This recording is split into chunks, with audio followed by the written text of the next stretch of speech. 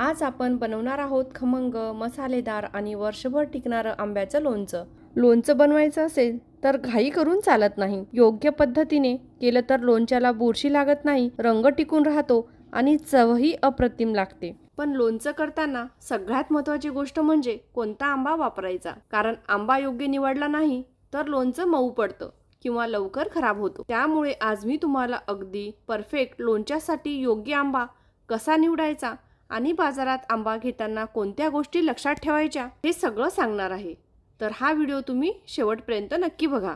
चला तर मग रेसिपीला लगेच सुरुवात करूया. नमस्कार, मी रसिका. रसूची रसोईमध्ये तुमचं सगळ्यांचं मनापासून स्वागत. आमच्याकडे लोणचं लगेच बनवत नाहीत. 1-2 पाऊस पडल्यानंतरच लोणचं बनवतात. कारण आता खूप जास्त ऊन असतं. त्या उन्हामुळे आंबे नरम पडलेले असतात किंवा पिवळे पडायला लागतात. अशा कैऱ्याचं लोणचं चांगलं टिकत नाही. म्हणूनच लोणचं साधारण 1-2 पाऊस पडल्यानंतरच बनवायला घेतात. पण मी तुम्हाला दाखवण्यासाठी आज अर्धा किलोचं लोणचं बनवून दाखवणार आहे. आज आपण अर्धा किलोच्या प्रमाणात कैरीचं साठवणीचं लोणचं पाहणार आहोत. तर लोणचं बनवण्यासाठी कोणती कैरी घ्यायची? राजापुरी, लाडवा किंवा तुम्ही गावठी कोणतीही कैरी घेऊ शकता. लोणच्याच्या कैरीला गर जास्त असतो आणि कोय मात्र छोटी असते. तर बघा, आपल्या आंब्याला गर किती भरपूर आहे आणि कोय मात्र किती छोटी आहे. तर आंबा आपण अगदी तसाच निवडलेला आहे. गर भरपूर आणि कोय छोटी. लोणच्यासाठी हा परफेक्ट आंबा आहे. लोणच्यामध्ये सर्वात महत्त्वाचा घटक म्हणजे कैरी आणि ती घेतानाच आपण चूक करतो. कैऱ्या शक्यतो ताज्या आणि टणक बघून घ्यायच्या. जर त्या मऊ वाटत असतील तर अशा कैऱ्यांचं लोणचं घालायचं नाही. ते जास्त दिवस टिकणारही नाही आणि त्याला बुरशीसुद्धा लागेल. म्हणून कैरी घेताना ही काळजी जरूर घ्या. मी इथे अर्धा किलो लाडवा कैऱ्या घेतल्या आहेत. कैऱ्या आणल्यानंतर सर्वप्रथम अर्धा तास पाण्यामध्ये भिजत घालायच्या. त्यानंतर त्या स्वच्छ कपड्याने व्यवस्थित पुसून घ्यायच्या. त्यावर पाणी राहता कामा नये. पाणी राहिलं तर लोणच्याला बुरशी लागू शकते. म्हणून आधी ते स्वच्छ पुसून घ्यायच्या. त्यानंतर कैरीचे छोटे छोटे तुकडे करून घ्यायचे. तुम्ही पाहू शकता आंबा आपला अगदी पांढरा शुभ्र निघाला आहे. जर आंबा पिवळा असेल तर त्याचं लोणचं बनवू नका. तुम्ही जर जास्त प्रमाणामध्ये कैरीचं लोणचं बनवत असाल तर जिथून कैऱ्या घेतल्या तिथूनच त्या कट करून आणू शकता. मी अर्धा किलो प्रमाणातच लोणचं बनवणार आहे, त्यामुळे मी आंब्याच्या फोडी घरीच करून घेत आहे. तुम्ही पाहू शकता आंबा किती टणक आहे. मला आंबा कट करताना खूप जास्त जोर लावावा लागत आहे. कैऱ्या कापून झाल्या की त्यातील कोय मात्र काढून टाकायची. इथे आपण संपूर्ण कैऱ्या कापून घेतल्या आहेत. यामधली कोय मी काढून घेतली आहे आणि कैरी स्वच्छ करून घेतली आहे. आता या कैऱ्या एका मोठ्या भांड्यामध्ये काढून घ्यायच्या. त्यानंतर यामध्ये 1 चमचा हळद आणि 2 चमचे मीठ घालायचं. आता हात न घालता भांडं हलवत छान या पद्धतीने टॉस करून घ्यायचं. म्हणजे हळद आणि मीठ आपल्या आंब्याच्या फोडींना सगळीकडे व्यवस्थित लागेल. असं साधारण 1 ते 2 मिनिट करून घ्यायचं. त्यानंतर इथे एक चाळण घेतली आहे. यावर एक स्वच्छ कपडा अंथरायचा आणि त्यावर आंब्याच्या फोडी घालायच्या. ही पद्धत वापरल्यामुळे आंब्याला जास्त पाणी सुटत नाही आणि आंबा गिळगिळीत होत नाही. आंब्याच्या फोडी छान टणक राहतात. हळद आणि मीठ लावलेलं जे भांडं होतं तेच मी या चाळणीखाली ठेवलेलं आहे. म्हणजे कैरीचं जे पाणी सुटेल ते सगळं या भांड्यामध्ये जमा होईल. मग कपडा वरून व्यवस्थित गुंडाळून घ्यायचा आणि त्यावर एक झाकण ठेवायचं. आता हे भांडं आपल्याला रात्रभर असंच ठेवायचं आहे. दुसऱ्या दिवशी सकाळी आपण हे भांडं पाहणार आहोत. आता सकाळचे साधारण 10 वाजले आहेत आणि आता आपण या फोडी पाहूया. आपण हा सुती कपडा लावल्यामुळे कैरीच्या फोडी अजूनही छान फ्रेश आहेत.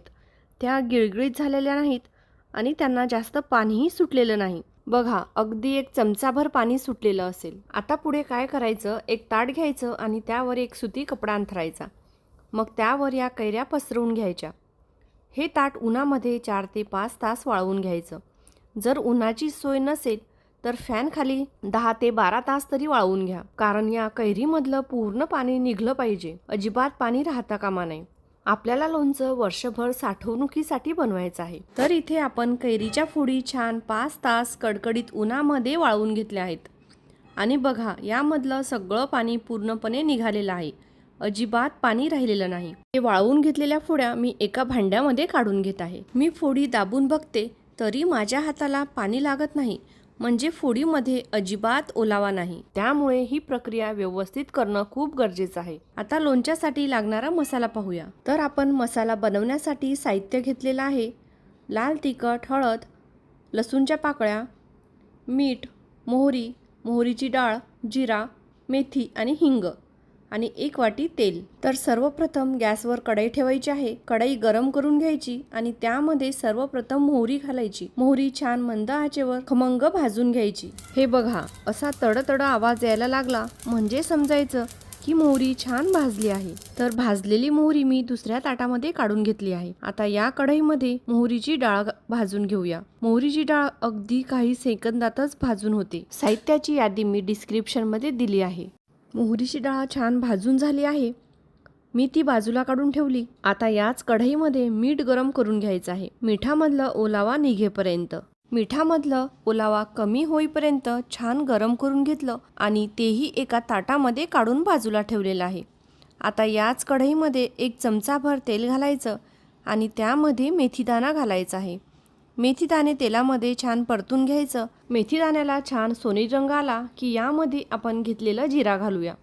जिरा पण मेथीदाण्यासोबत काही सेकंद भाजून घेऊया. इथे आपण सगळं साहित्य भाजून घेतलं आहे. आता हे भाजून घेतलेलं साहित्य पूर्णपणे गार करून घ्यायचं. नंतर एक एक साहित्य मिक्सरमध्ये घालून आपण फिरवून घेणार आहोत. तर सर्वप्रथम मेथी आणि जिरा मिक्सरमधून फिरवून घेऊया. त्यानंतर यामध्येच भाजलेली मोहरी घालूया आणि मोहरी पण जाडसर फिरवून घेऊया. तर इथे आपलं जिरा, मोहरी आणि मेथी वाटून झालं आहे. आता हे मिक्सरमधून फिरवून घेतलेलं मेथी, जिरा आणि मोहरीचं पावडर या कैरीमध्ये घालूया. नंतर सोलून घेतलेलं लसूण पाकळा, लाल तिखट आणि हळद घालायचं आहे. नंतर भाजून घेतलेली मोहरीची डाळ घालायची आहे. नंतर गरम करून घेतलेलं मीठ घालायचं आहे. इथे आपण फक्त 2च चमचे मीठ वापरलं आहे. आता आपण जे 1 वाटी तेल घेतलं होतं ते कडकडीत गरम करून घेतलं आहे. हे गरम केलेलं तेल पूर्ण कोमट करून घ्यायचं आहे. या तेलामध्ये आता हिंग घालायचं आहे.